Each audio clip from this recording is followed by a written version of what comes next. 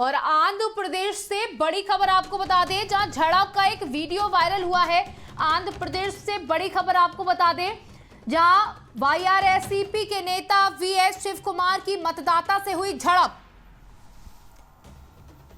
मतदाता से झड़प की खबर सामने आई है, जहां नेता ने वोटर को थप्पड़ जड़ दिया। युवा जना श्रमिक रैतू कांग्रेस पार्टी का वीडियो वायरल हुआ है, जहां एक मतदाता को ही थप्पड़ जड़ दिया विधायक ने। बड़ी खबर आपको बता दें, आंध्र प्रदेश से, जहां पहले झड़प फिर चले जमकर थप्पड़ और घूसे। झड़प का वीडियो सोशल मीडिया पर वायरल।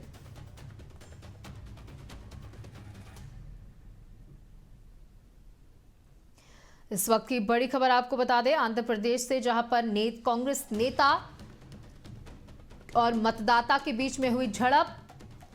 विधायक ने मतदाता को जड़ा थप्पड़, वीडियो वायरल।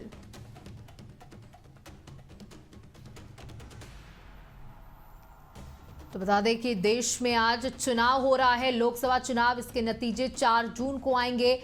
अब वक्त बेहद कम बचा है। चौथा चरण आज समाप्त हो जाएगा। शाम 7 बजे से मतदान थम जाएगा।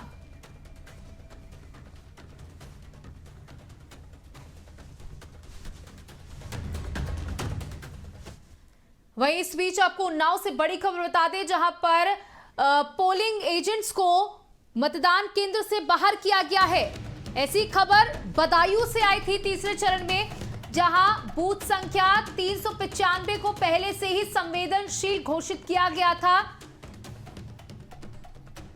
और प्रशासन ने फिर चालू कराया है मतदान। काफी देर तक यहां पर मतदान हैम्पर रहा। बड़ी खबर आपको बता दें, जहां पोलिंग एजेंटों को मतदान केंद्र से ही बाहर कर दिया गया। अपने प्रत्याशी के समर्थन में वोट डलवाने का कर रहे थे प्रयास। बड़ी खबर, बड़ा आरोप। नगर पालिका परिषद गंगा घाट के बूथ संख्या 395 का यह पूरा मामला। इस बूथ को पहले से ही संवेदनशील घोषित किया गया था। सेक्टर मजिस्ट्रेट ने दोनों एजेंटों को बाहर कर दिया। बूथ संख्या 395 को पहले से ही संवेदनशील बताया गया था। उन्नाव से ये बड़ी खबर हम आपको दे रहे हैं, जहां अपनी पार्टी के समर्थन में वोट डलवाने को लेकर दबाव बनाया जा रहा था।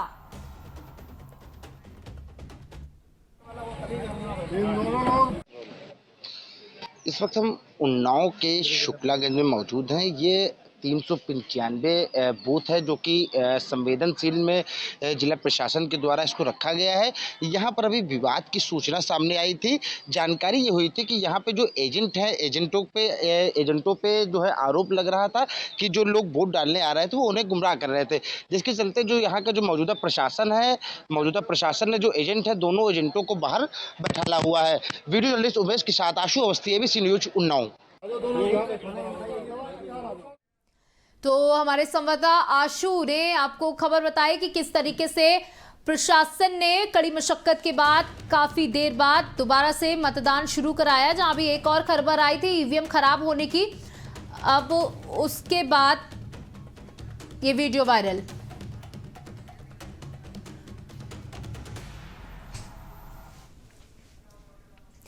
तो अलग अलग जिलों की तस्वीरें हम आप तक पहुंचा रहे हैं। चलिए आपको दिखाते हैं, कानपुर से कुछ तस्वीरें हमारे पास आई हैं, जहां मतदान करने के बाद लोगों में काफी उत्साह है, या मतदान के लिए जो लोग जा रहे हैं।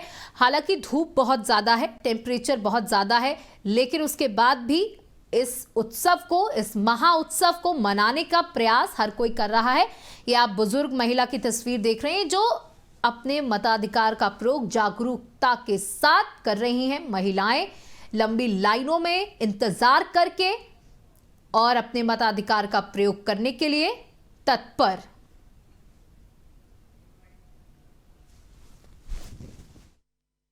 बहुत अच्छा आप देख रहे हैं, सुबह से ही लाइन यहाँ की मतदान केंद्र अति उत्साह है, भारी जन समर्थन मिल रहा है और लोग जागरूक होकर वोट डाल रहे हैं। ये 216 कैंट ऑक्सफोर्ड मॉडल स्कूल, इसमें 10 बूथ आते हैं 191 से लेकर 200 तक, जिसमें 3 बूथ यहाँ श्यामनगर के हैं, 7 रामपुरम के हैं। अब यहाँ जो मैंने अभी पूछा कई लोगों से और मैं भी जा रहा हूँ मतदान करने, तो लोगों का कहना है राष्ट्र प्रथम है, राष्ट्र हित में हम वोट करेंगे। हमारा तो मैं खुला वर्ड है, हमारा वोट कमल को। बहुत अच्छा लग रहा है, सुबह से हम लाइन लगे हैं तो बहुत अच्छा लग रही है। यही कह रही हैं जो महिलाओं के लिए बहुत बढ़िया लगती है। और अच्छा, आपने वोट डालने की किसी तरह की कोई दिक्कत है? नहीं, कोई दिक्कत नहीं, बहुत अच्छा, बहुत बढ़िया, शांतिपूर्वक से वोट डाल दिए हैं और बहुत बढ़िया लगा। कोई सबको वोट देना चाहिए, अगर आपको मौका मिले तो जरूर दीजिए अपना वोट। आपका हर एक वोट बड़ा मायने रहता है इस इलेक्शन में। फेस्टिवल आपका वोट आया और रात भर आप सोए नहीं? मैं रात को कभी नहीं सोती, मैं मजाक कर रही थी, पर मैं रात को नहीं सोती हूँ, मेरी नाइट शिफ्ट रहती है, तो इसलिए मेरा फर्स्ट टाइम वोट है, पर मैं रात भर नहीं सोती, और मैं एक्साइटेड थी। क्या सोच कर आज आप वोट देने आई? सारे मुद्दों पे ही वोट देना है कि महिलाओं की भी सेफ्टी के लिए क्या कर रहे हैं, तो पूरी सरकार आपके देश भर के ग्रोथ के लिए क्या कर रही है, अपनी इकोनॉमिक पॉलिसीज के लिए क्या कर रही है, जियोपॉलिटिकल पॉलिसीज। तो आप जनता में उत्साह देख रहे हैं, जो पहली बार वोट डालने के लिए जा रहे हैं उनके अंदर काफी उत्साह है। साथ ही साथ सभी अपने मताधिकार का प्रयोग करने के लिए अपने पोलिंग स्टेशन तक पहुंच रहे हैं। उन्नाव डीएम ने भी लोगों से अपील की है कि वो अपने घरों से निकलकर मतदान का प्रयोग करें। अपील है कि आपको भारत निर्वाचन आयोग और मेरी तरफ से मतदान पर्ची रूपी एक इनविटेशन, आमंत्रण पहले से मिल चुका है। तो जो भी लोग पर्ची पाए हैं वो सभी उस पर्ची के माध्यम से आकर अपना वोट डाल सकते हैं। कुछ लोगों को पर्ची शायद ना भी मिली हो, अगर वो वहाँ पे मौजूद नहीं थे जिस भी कारण से, वे भी आकर अपना 13 विकल्पों का प्रयोग करते हुए, जिसमें एपिक कार्ड एक है, ऐसा कोई भी आईडी कार्ड जो फोटो युक्त हो और सरकारी मान्यता हो, वो आकर बिल्कुल उसको यूज़ कर सकते हैं। बैंक का पासबुक भी उसमें है, आधार कार्ड इत्यादि 13 विकल्प है, तो बहुत सुलभ बना दिया गया है। आप वहाँ पर पहुँचेंगे, शेड और पानी की व्यवस्था रहेगी, आपको बूथ लेवल ऑफिसर बैठे मिलेंगे बाहर, जो आपको बताएंगे कि कौन से क्रमांक पे आपका नंबर है। महिलाओं के लिए और वृद्धों के लिए अलग से लाइन होगी। इस प्रकार से तमाम वो सुलभ व्यवस्था है जिससे कि आप मुश्किल से 5 से 10 मिनट में लाइन में लगकर अपना मतदान दे सकते हैं। तो ज़्यादा से ज़्यादा संख्या में मतदान करने आएँ और उन्नाव में मतदान प्रतिशत को प्रदेश और देश में मुख्य जनपदों में से लाने का। तो चलिए कुछ और तस्वीरें हम आपको दिखा देते हैं, जहां वीवीआईपीस ने भी अपने मताधिकार का प्रयोग किया है। मंत्री जितिन प्रसाद को आप तस्वीरों में देख सकते हैं, जहां अपनी पत्नी के साथ वो अपने मताधिकार का प्रयोग करने के लिए मतदान स्थल तक पहुंचे हैं। और इस बार इस चरण में कई ऐसी सीटें हैं जिनमें अजय मिश्रा टेनी जो कि मंत्री हैं, उनकी साख, साथ ही पूर्व मुख्यमंत्री अखिलेश यादव की भी साख दांव पर है।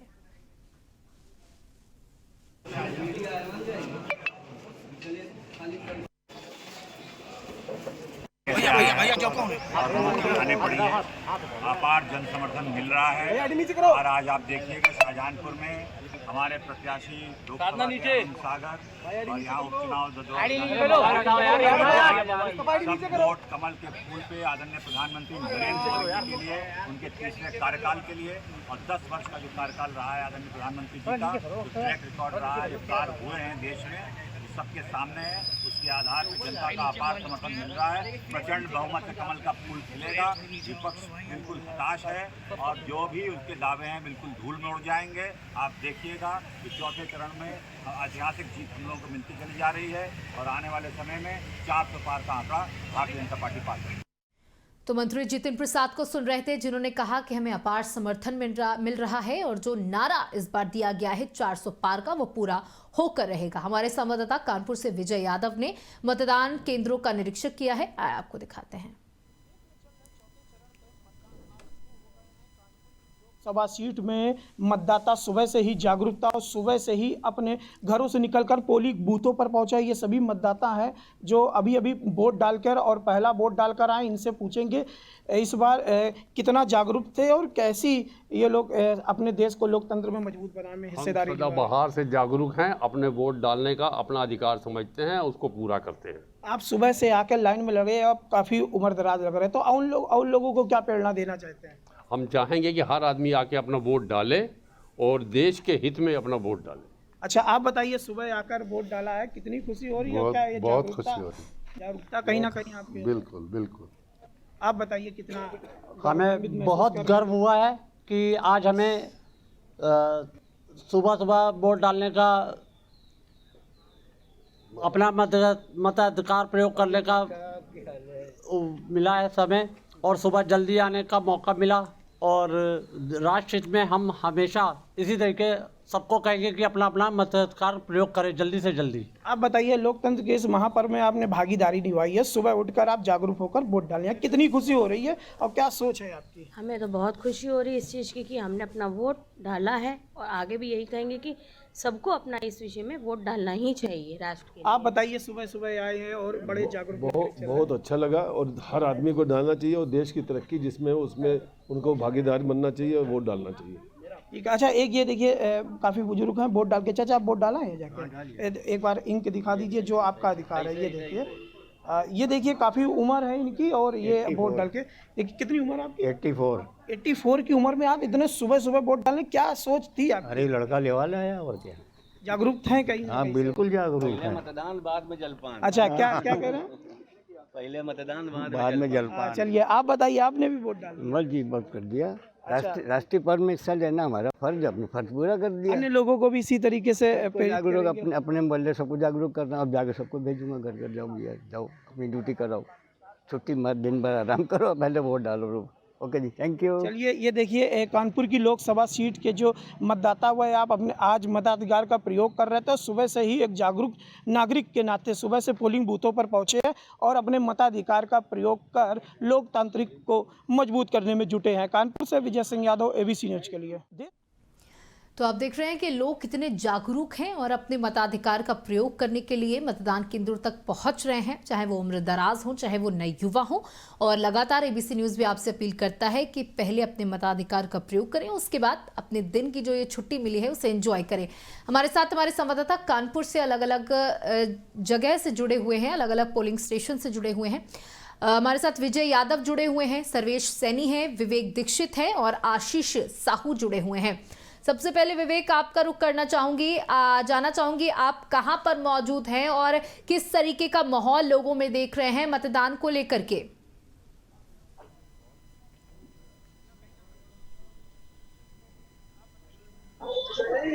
सवाल दोबारा कर लेंगे। विवेक, आप तक आवाज पहुंच रही है? आप अपनी आवाज अनम्यूट कर लें।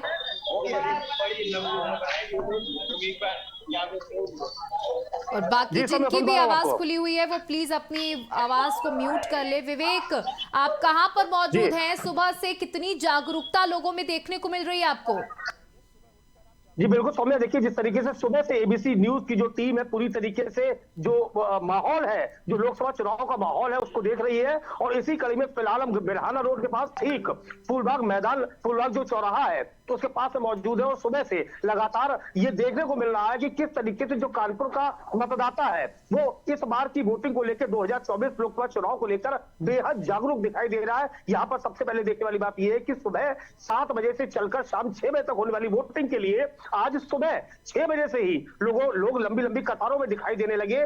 बात अगर वृद्धों की जाए या युवाओं की जाए, या वो ऐसे वोटर जो इस बार पहली बार अपना मताधिकार का प्रयोग करने जा रहे हैं, ऐसे वोटर के अंदर भी काफी ज्यादा उत्साह देखने को मिला। पूरे शहर में चुनाव काफी हद तक अब तक संपन्न हो चुका है और जगह जगह पर कुछ जगहों पर छुटपुट घटनाओं के अलावा पूरी तरीके से शांतिपूर्ण जो चुनाव है वो कानपुर शहर के अंदर संपन्न हुआ है।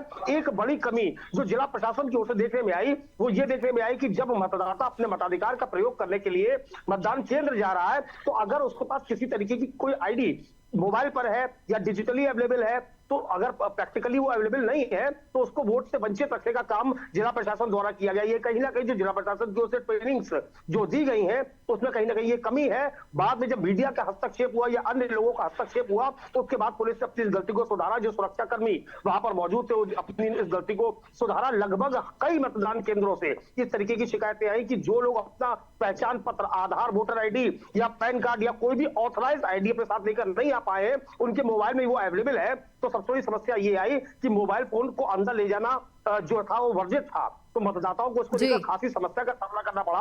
हालांकि वहां पर मौजूद सुरक्षा कर्मियों की ये पूरी तरीके से जिम्मेदारी थी कि उस मोबाइल के अंदर जो आईडी है उसको लेकर उसको टेस्ट करके और उसके बाद जो मतदाता है वो अपने मतदान का प्रयोग कर सके, इस बात का पूरा ध्यान रखे। लेकिन ऐसा कई जगहों पर देखने को नहीं मिला। लेकिन बात अगर लब्बो लुआब की जाए तो लगभग शाम हो गई है और पूरी तरीके से सुबह से ये देखने को मिल रहा है कि जो मतदान अब तक चला काफी अच्छा चला, शांतिप्रिय ढंग से चला और अभी 6 बजने में वक्त है। उम्मीद की जा सकती है कि एक बार फिर से कानपुर शहर एक बार रिकॉर्ड, इस बार जो एक रिकॉर्ड है वो बनाएगा और एक अच्छा प्रतिशत शाम 6 बजे के बाद तक सामने आएगा। बिल्कुल, अभी भी वक्त शेष है, लोग अपने घरों से निकले और अब धूप भी ढल चुकी है, तो इसलिए ये भी बहाना नहीं आपको मिलेगा। अपने घरों से निकले और वोटिंग स्थल पर पहुंचे और वोट करें। आशीष साहू, जानना चाहूंगी आप किस जगह पर मौजूद हैं? अभी हमने देखा कि कई अधिकारियों से भी बातचीत हुई, उन्होंने भी अपने वोट का उपयोग किया और कई नेताओं की भी हमने बातें सुनी। उन्होंने कहा इस बार परिवर्तन को लेकर के वोट जनता कर रही है। किस माइंडसेट के साथ युवाओं ने इस बार वोट किया, अगर आपकी युवाओं से बातचीत हुई हो तो? जी देखिए, इस वक्त मौजूद है कानपुर के सर्वोदय नगर में। यहाँ से जो इंडिया गठबंधन के प्रत्याशी थे आलोक मिश्रा ने इसी जगह पर उन्होंने वोट किया था। अगर हम युवाओं की बात करें तो इस बार कई ऐसे युवा थे जो बात कर रहे थे, उसकी लगातार उनका यही कहना था कि इस बार जो पहली बार उन्होंने वोट किया है, चाहे वो बेरोजगारी को लेके हो, चाहे शिक्षा को लेके हो, लगातार उनका यही कहना था कि सरकार उन पे काम करेगी।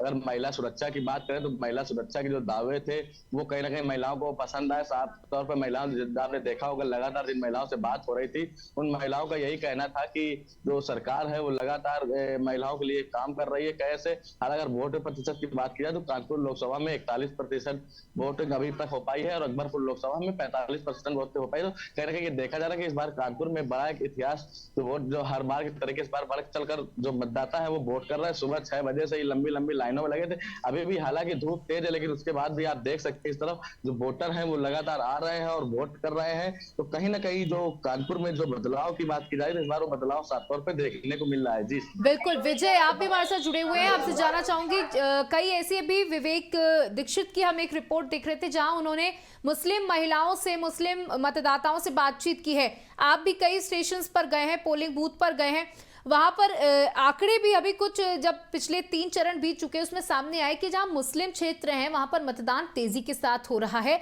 और बड़ी जागरूकता के साथ मुस्लिम मतदाता क्षेत्रों तक पहुंच रहे हैं। कानपुर में भी इसी तरीके की तस्वीरें। विजय अनम्यूट कर लें अपनी आवाज।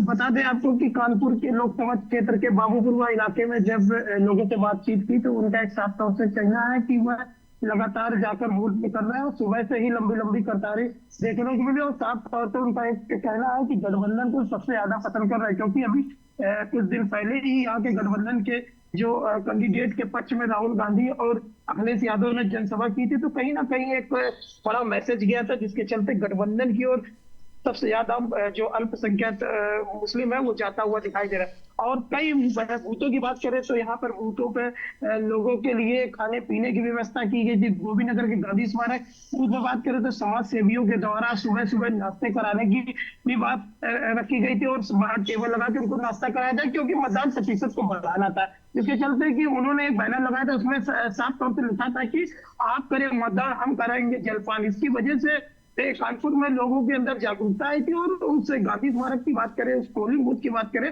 तो वहां पर 50% से अधिक अभी तक मतदान हो चुका है। दरअसल जिस तरीके से 3 बजे से अभी तक आंकड़ा आया वो 41% का आया है। इस बार लगता है कि जो पिछले 2019 में मतदान प्रतिशत था उससे कहीं ना कहीं बढ़कर आने वाला इस बार 6 बजे तक का मतदान। बिल्कुल, इस बार बेहतर की उम्मीद की जा रही है कानपुर से कि यहाँ का जो प्रतिशत रहेगा वो अन्य जिलों से बेहतर रहेगा, कोशिश यही है। सर्वेश, जैसे अभी उन्नाव से एक खबर हमारे पास आई जहां पर कार्यकर्ता आपस में भिड़ गए, इस तरीके की कई खबरें अलग अलग जिलों से आई हैं। कानपुर से क्या इस तरीके की कोई खबर सामने आई या संवेदनशील बूथ पहले से ही चिन्हित कर लिए जाते हैं, वहां से इस तरीके की कोई खबर? पुलिस प्रशासन और अर्धसैनिक बल और पीएसी सभी बूथों पर मुस्तैद दिखाई दे रही हैं। हालांकि कानपुर में छुटपुट घटनाओं के अलावा कोई भी ऐसी घटना नहीं है जिसको बड़ा कहा जा सके। और कहीं ना कहीं अब देखा जाए तो पुलिस जो है पूरी सतर्कता जो है वो बरत रही है। जी सौम्या जी, कुल मिलाकर के पुलिस जो है वो सतर्कता बरत रही है। विवेक, आपके पास फिर से चलना चाहूंगी। हर बार के चुनाव में कुछ अलग होता है, यानी कि हर बार के चुनाव का ट्रेंड कुछ अलग होता है। मैं जानना चाहूंगी कानपुर में इस बार जिस तरीके से दो प्रत्याशी आमने सामने, मुख्य प्रत्याशियों की अगर हम बात करें तो बीजेपी और गठबंधन से जहां रमेश अवस्थी हैं और आलोक मिश्रा हैं, और कानपुर को ब्राह्मण बहुल सीट माना जाता है, इसीलिए बीजेपी को यहाँ पर फायदा भी हमेशा से मिलता आ रहा है। लेकिन इस बार जिस तरीके से चौथे चरण का चुनाव प्रचार करने में सबसे पहले कानपुर को प्रधानमंत्री मोदी ने चुना, और जिस तरीके से पूरा एक इवेंट सेट किया गया कानपुर के अंदर कि यहाँ के चुनावों को कैसे पंप दिया जाए, तो क्या लग रहा है इस बार जो पंप प्रधानमंत्री यहाँ पर देने के लिए आए थे वो मतदान केंद्रों में वो दिख रहा है? जी बिल्कुल, देखिए निश्चित तौर पर जिस तरीके से बात अगर बदलाव की जाए, कुछ चेंज की जाए, तो इस बार के चुनाव में जो सबसे ज्यादा खास बात थी वो ये थी कि प्रधानमंत्री नरेंद्र मोदी ने खुद यहाँ पर आकर एक रोड शो किया था। और ये जो रोड शो था वो गुमटी के इलाके में था। ये सिख बाहुल इलाका है जहाँ पर ये रोड शो हुआ था। और कहीं ना कहीं से इस जो रोड शो था, इस रोड शो के बाद जो सिख समुदाय था इसके अंदर एक यूनिटी हुई और एकजुट होकर इन्होंने भारतीय जनता पार्टी को वोट देने का काम किया। इसके साथ साथ जिस तरीके से राहुल गांधी और अखिलेश यादव की जो संयुक्त एक जनसभा थी वो यहाँ पर हुई, उसका भी असर यहाँ पर देखने को मिला। इन दोनों ही चीजों में जो एक कॉमन बात थी वो ये थी कि दोनों ही पक्ष से महिलाओं के हितों में बहुत सी बातें की गई। शायद इसी के चलते जो महिलाएं थी वो इस बार जो मतदाता केंद्र थे वहां पर कुछ ज्यादा दिखाई दी। भारी संख्या में जो कतारें थी उसमें महिलाओं की जो संख्या थी वो पुरुषों से कुछ ही कम आंकी गई, लगभग बराबर, पुरुषों के बराबर महिलाओं ने कंधे से कंधा मिलाकर वोटिंग दी है। एक बार फिर से महिलाओं ने दिखा दिया है कि वोटिंग में भी अगर प्रतिशत इस बार कानपुर का बढ़ता है तो उसमें महिलाओं का एक बड़ा योगदान फिर से होगा। निश्चित तौर पर इस बार की जो चुनाव में जो खास बात देखने में आई वो महिलाओं की जो भागीदारी थी वो सबसे ज्यादा भागीदारी देखने को मिली। महिलाओं को लेकर किए गए वादे जो चाहे भारतीय जनता पार्टी की ओर से अब तक बीते 5 साल में किए गए जो काम है, जिस तरीके से पॉलिटिक्स में हिस्सेदारी दी गई है, राजनीति में हिस्सेदारी दी गई है और अन्य जो कई लाभ दिए गए, जिस तरीके से राशन जो है वो सीधे तौर पर महिलाओं से जुड़ा हुआ है। 80 करोड़ परिवारों को जो ये राशन दिया जा रहा है। उसके अलावा इंडी गठबंधन के जो राष्ट्रीय स्तर के और प्रादेशिक स्तर के नेता थे उनकी तरफ से जो वादे किए गए, 1 लाख रुपए हर महिला को देने की बात की गई है। तो कहीं ना कहीं से महिलाओं के अंदर इस बार काफी उत्साह देखने को मिला है और पूरे उत्साह के साथ बढ़ चढ़कर इस बार इस जो मतदान का पर्व है, जो चुनाव का पर्व है, उसमें महिलाओं ने हिस्सेदारी की है। बिल्कुल आशीष, आपसे जानना चाहूंगी, जिस तरीके से हम देखते हैं कि जहां पर भी पोलिंग स्टेशन होता है उसके बाहर हर पार्टी के एक स्टॉल्स होते हैं जहां पर लोग आते हैं और अपनी जो समस्या होते हैं उसका निस्तारण करते हैं, पर्ची लेते हैं। तो उसी से एक अंदाजा लगाया जाता है कि किस क्षेत्र में किस पार्टी के लिए सबसे ज्यादा वोट पड़ा है, क्योंकि शाम के 4 बजने वाले हैं। इस तरीके के स्टॉल्स हर जगह लगे होंगे। उन स्टॉल्स को देखकर के क्या लग रहा है, कानपुर में इस बार क्या बदलाव होगा या फिर से बीजेपी ही यहीं पर दोबारा से आएगी? जी देखिए, हम अगर बात करें कि जो क्षेत्र की तो आप देख सकते हैं जिस पोलिंग बूथ पे मौजूद हैं यहाँ पे महिला और पुलिस लगातार इस तरफ भी देख सकते हैं जो लोग आ रहे हैं वो लगातार यहाँ पे जो लंबी लंबी लाइनें वो अभी भी लगी हुई है, लंबी लंबी कतारें लगी हुई है। अगर हम बात करें ये शहर का इलाका, अक्सर शहर में ये देखा जाता है कि जो बीजेपी ही या जो बीजेपी के ही पोलिंग बोलते जो बस्ते लगाए जाते हैं वहां पे अक्सर ज्यादा भीड़ देखने मिलती है। अगर हम बात करें यहाँ पे तो यहाँ पे कैंप भी अंदर लगाया गया। हमारे इस तरफ आप देखेंगे, हम आपको दिखाना भी चाहेंगे तस्वीरों के माध्यम से इधर से कि ये जो पोलिंग बूथ कैंप लगाया गया, जो वोटर है अगर वो वोट करने आता है उसको किसी प्रकार की दिक्कत होती है। जैसे अभी हाल में ही सुन रहे थे कि उन्नाव डीएम ने कहा, पहले लगातार ऐसी खबरें आ रही थी चाहे कानपुर हो चाहे उन्नाव हो चाहे कई जिले से, कि जो वोटर है उनके पास अगर फोन में कोई आईडी है तो वो वोट नहीं डाल सकते थे। तो हम आपको दिखाना चाहेंगे, यहाँ पे मोबाइल से वो आईडी चेक की जाती है। उसके बाद में यहाँ से साथ में एक व्यक्ति जाता है, उसके बाद में वो अंदर वोट कर सकता है। आप देख सकते हैं तस्वीरों के माध्यम से साफ तौर पे जो यहाँ पे जो अधिकारी जो ऑफिसर लगाए गए हैं वो लगातार यहाँ पे काम कर रहे हैं। आप साथ में देख सकते हैं, तस्वीरें आपको दिखा रहे हैं जो है। और अगर हम बात करें मतदान और ये तो कानपुर की अगर हम बात करें तो कानपुर में लगातार प्रधानमंत्री नरेंद्र मोदी ने रोड शो किया, उसके बाद में योगी आदित्यनाथ ने रोड शो किया, कई ऐसे बड़े नेता थे जो भाजपा प्रत्याशी रमेश अवस्थी के लिए रोड शो किया। वही अगर हम कानपुर में अगर इंडिया गठबंधन के प्रत्याशी की बात करें तो आलोक मिश्रा के, तो लगातार अखिलेश यादव ने उनके लिए रैली की है और अखिलेश यादव और राहुल गांधी ने साथ में रैली, कहीं ना कहीं इसका इस बार प्रभाव देखने। अगर हम बात करें महिला सुरक्षा की, तो इस बार सबसे बड़ा जो हमने जब मुस्लिम क्षेत्रों में थे तो मुस्लिम महिलाओं का यही कहना था कि जो मोदी जी ने काम किए वो अच्छे काम किए, चाहे वो राशन को लेके हो, चाहे महिला सुरक्षा को लेके हो। कई ऐसी बातें भी उसमें जब आई थी, आपने सुना हुई होगा कि जो महिलाएं, मुस्लिम महिला साफ तौर पर कह रही जो मोदी जी ने किया वो काम अच्छा किया, चाहे वो तीन तलाक कुल मिलाकर ये माना जा रहा है कि उत्तर प्रदेश में ये जो चौथा चरण है ये बहुत ही अच्छा रहेगा, अच्छा वोटिंग परसेंटेज आएगा। साथ ही साथ जिस तरीके से कानपुर में चाहे वो प्रशासन हो, चाहे वो नेता हो, चाहे वो आमजन लगातार अपील करते आ रहे हैं और इस बार ये अनुमान लगाया जा रहा है कि कानपुर में भी वोटिंग परसेंटेज अच्छा आएगा। तो चलिए आपको दिखा देते हैं कि 3 बजे तक कितना वोटिंग परसेंटेज कहां पर रहा है। कन्नौज में 51.73% तक मतदान संपन्न हो चुका है। कन्नौज में आपको बता दें कि 51 और कानपुर में 41.44%, यानी कि कन्नौज से कानपुर का वोटिंग परसेंटेज अभी भी कम है। वहीं अकबरपुर में 46.36% तक मतदान 3 बजे तक ये आंकड़े आपको बता रहे हैं, जहां अकबरपुर में भी इस बार मुकाबला कड़ा है। बहराइच में 49.10% तक मतदान संपन्न हो चुका है। जहां सीतापुर में 52.87% तक मतदान संपन्न, यानी अभी तक जितने दिखाए जिले उसमें सबसे ज्यादा सीतापुर में, इटावा में 46.19, सीतापुर में भी तक का सबसे ज्यादा दिखाई दे रहा है, जहां हरदोई में 3 बजे तक 47.99% तक मतदान संपन्न। मिश्रिक में 3 बजे तक 47.01% तक मतदान संपन्न हो चुका है। उन्नाव में 3 बजे तक 46.56, हालांकि यहाँ पर भिड़ंत की और ईवीएम की खराब होने की भी खबर आई थी, जिससे काफी प्रभावित रहे। दोरहरा में सबसे ज्यादा 54.05% मतदान 3 बजे तक हो चुका है। लखीमपुर खीरी में 3 बजे तक 53.87% मतदान। अगर 3 चरणों की बात की जाए तो कहा जाता है कि अगर मतदान तेज हो रहा है तो इससे जो तत्कालीन सरकार है, पार्टी है, उसको फायदा होता है और धीमा मतदान दूसरी पार्टी के लिए फायदेमंद। फरुखाबाद में 3 बजे तक 49.17% मतदान। शाहजहांपुर में 44.21% तक मतदान पूरा। अब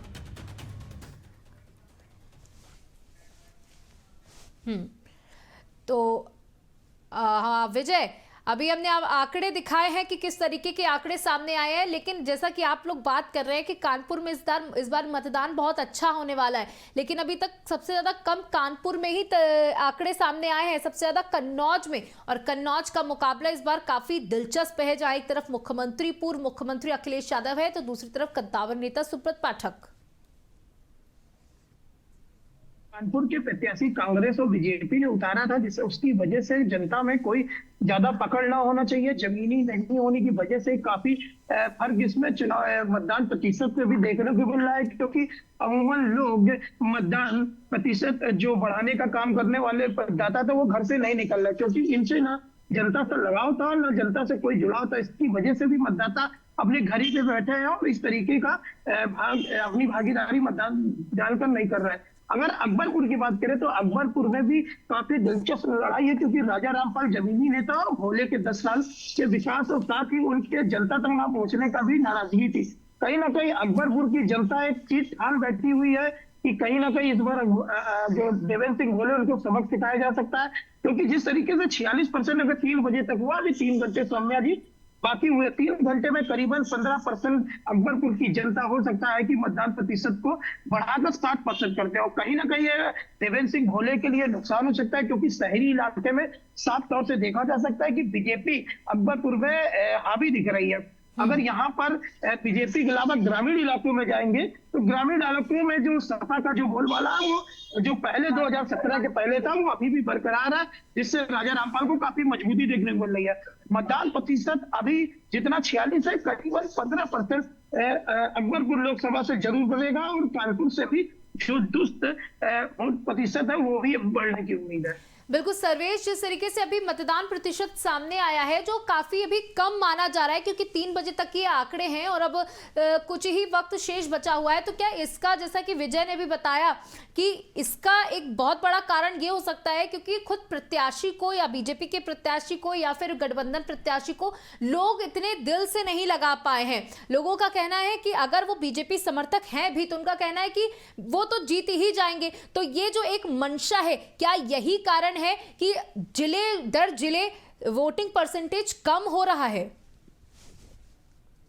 आपको बता दूं कि सुबह से ही एबीसी की टीम ग्रामीण ब्यूरो पर मौजूद है। आपको बताते हैं कि सब एबीसी की टीम मुस्लिम इलाके, जब मुस्लिम इलाकों का बहुमूल्य क्षेत्र है मुस्लिमों का, वहां पर वोटिंग परसेंटेज अगर देखा जाए तो सुबह से ही भीड़ लगी हुई है और लोग व्हील चेयर पे, ई रिक्शे पे, किसी का हाथ पकड़ के, किसी की गोद में आकर लेकिन वोट डाल रहे हैं। और बात करी जाए तो जिस वक्त हम वहां मौजूद है, हरजिंदर नगर पोलिंग सेंटर है, मतदान वाला है, जहां पर श्री सतीश महाना जो हैं, जो विधानसभा अध्यक्ष हैं, वो भी यहाँ वोट डालने आए थे सुबह। उसका यहाँ के अगर हालात दिखा दें तो दोपहर में देखिए सारे कमरे जो है वो खाली पड़े हैं, इक्का दुक्का छोड़ के ही लोग जो है वो मतदान कर रहे हैं। और आपको बता दूं कि सुबह जो था, सुबह तो थोड़ी बहुत भीड़ थी सौम्या, लेकिन जैसे जैसे धूप बढ़ती गई है और उसके बाद से धीरे धीरे मतदान जो है वो कम होता नजर आया है।